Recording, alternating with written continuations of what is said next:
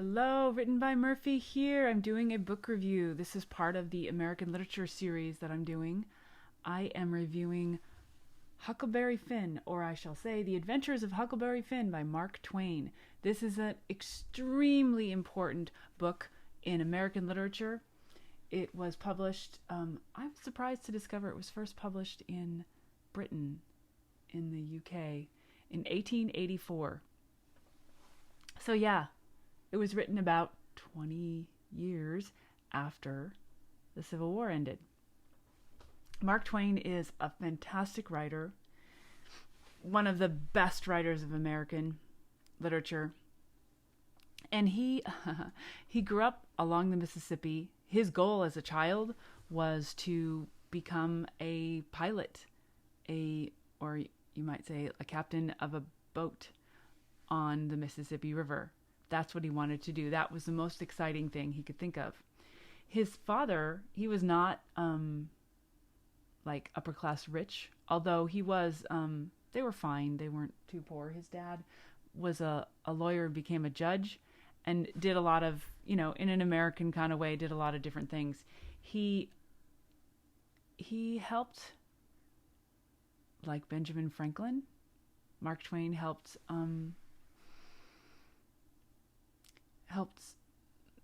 print. He helped at a newspaper, and he would lay print and stuff. So he did that. He also became a journalist. He did a lot of crazy things, and he became famous for the celebrated jumping frog of Calaveras County, which a story he overheard and then retold when he was in California during kind of the gold rush. Let's see. He was actually alive during slave times, although his family did not have slaves. But he was around prior to the Civil War, during the Civil War, and he was a person of the South. And so he wrote what he knew. He wrote so many amazing books. He was so good, and he was very humorous. One of the things about Mark Twain is, after Huckleberry Finn, which is one of his greatest books, probably his greatest book, he took to traveling, and he like a early stand-up comedian. He would lecture, but he would travel and talk and say funny things, and people would pay to come hear him lecture. And he might talk about his books, but he'd also just kind of extemporize about funny things. So he made a living being funny. He kept investing in technology that ended up failing, so he ended up needing to tour the world to pay his bills. Isn't that funny? But we're talking about Huckleberry Finn. Huckleberry Finn takes a character that was introduced in Tom Sawyer, which was really popular. Tom Sawyer was a boy, like 12 or 13-year-old boy who was kind of too clever for his own good and very all boy. He was off doing crazy adventure things, and Huck Finn was his friend. Now, this story of Huckleberry Finn is extremely controversial because it describes the life of a slave. Jim is a main character that travels with Huck Finn throughout the story. In fact, he's the driver of the story because what they're trying to do together is get Jim into a free state so he can be free. This is a problem for Huck Finn. Now, Tom Sawyer was raised right. Tom Sawyer, Huck's friend, was raised right and went to church and had knew how to eat in a dining room. Huckleberry Finn was not raised right, and there are some extremely harrowing scenes about how his father beat him, and how he had to lay awake to keep himself from being killed by his own father.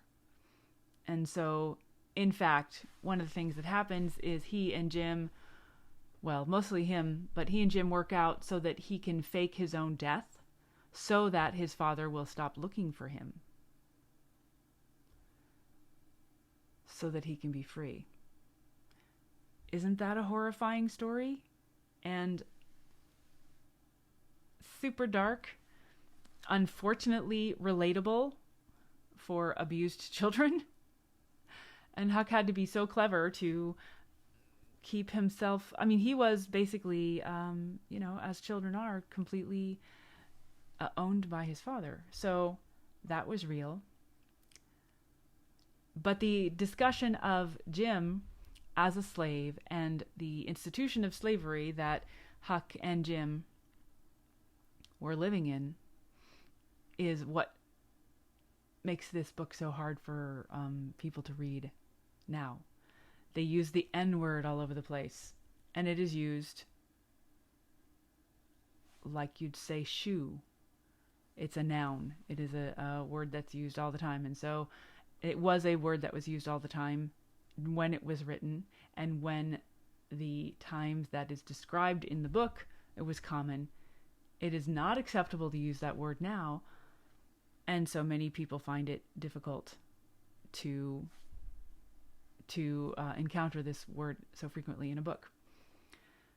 The discussion of what life was like along the banks of this river, because they're using a river, a raft and a canoe that they find to go up the river to a free state so that Jim could be free. It's describing so much more than just slavery. That is the point of the story, but it's describing so much more. It's describing what life is like. It's describing how people think. It's describing the different kinds of characters that are along the way. It's so beautiful. One of the other amazing literary things about Huck Finn, Huckleberry Finn, the book, is Mark Twain writes in the way the people speak. And he adjusts the way people speak. Huckleberry Finn talks in a certain way. Jim talks in a certain way. The people they encounter along in the towns along the river speak in a certain way. And he is using the sounds that he writes, the sounds of the letters that he writes, to evoke the accents and the styles of how these different people talk. It is extraordinary to encounter this careful capturing of the way people spoke then. Mark Twain is a great observer. Mark Twain, that's his pen name. His actual name is Samuel Clemens. But he captures this, and he works to do it. Now, I read it. I read the whole thing, in my mind, like you often read, but I also read it out loud to my daughter. It's kind of a tongue twister to have to read it, because I have to just look at the letters and say what they say and try to capture this thing that Mark Twain did. It's truly extraordinary, and it captures a snapshot of America, of all of the people along the way. My goodness, these characters. Now, let's be real. Jim did not behave like a person would behave. In a way, he was just an extremely good, honorable person. Unbelievably so. He was very loyal and self-sacrificing. Far more than would be reasonable to expect. And some people say, well, that's a caricature for him to have, it's a stereotype for this black slave to be so loyal to the person who was, it's not accurate, which is true, but all the people along the way were stretched beyond what was accurate for human beings. To the extent like, well, to what level are they? What's accurate? We get a picture of what things were like.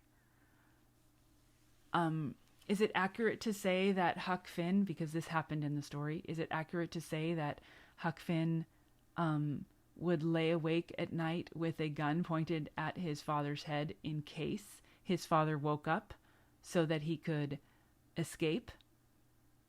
Is it accurate? Would that really happen? Maybe. Is it accurate at the end of the story that Jim would stay to help Tom Sawyer, who shows up at the end, and give up his freedom in order to make sure that Tom Sawyer got a doctor after he had accidentally gotten shot in the leg? Is that accurate? Maybe. I don't know. It's very interesting to see, like, is this real or what isn't real? It's a super adventurous story. And it captures so many parts of what America is like. The stories are unbelievably exciting. The crazy people. What crazy people? There's this whole... I like this one section that resounds with me. The section about... there's a feud. And I've heard about the Hatfields and the McCoys. Like, why would you intergenerationally shoot each other? What? Why would you constantly do that? But they have a family along the way, these people that are doing that. And he describes it.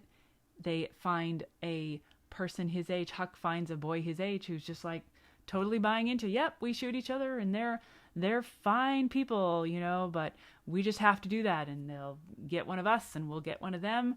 Like, what? That's amazing. And there's another person at the end who's a con man, all these things along the way.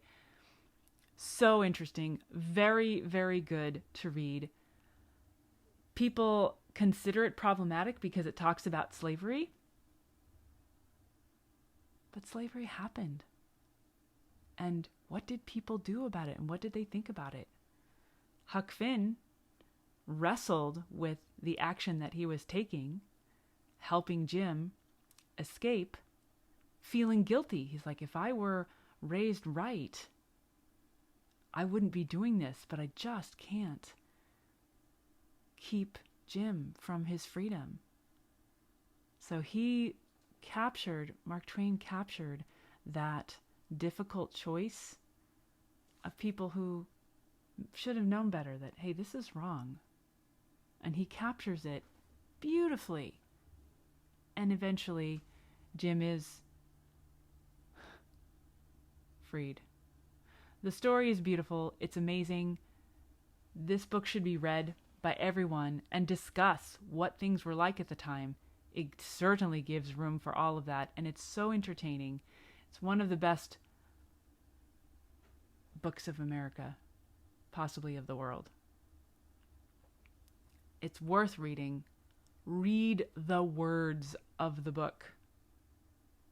It's very beautiful. Lovely. I'd love to know what you think. It's a great book. Let me know. Let's keep the conversation going.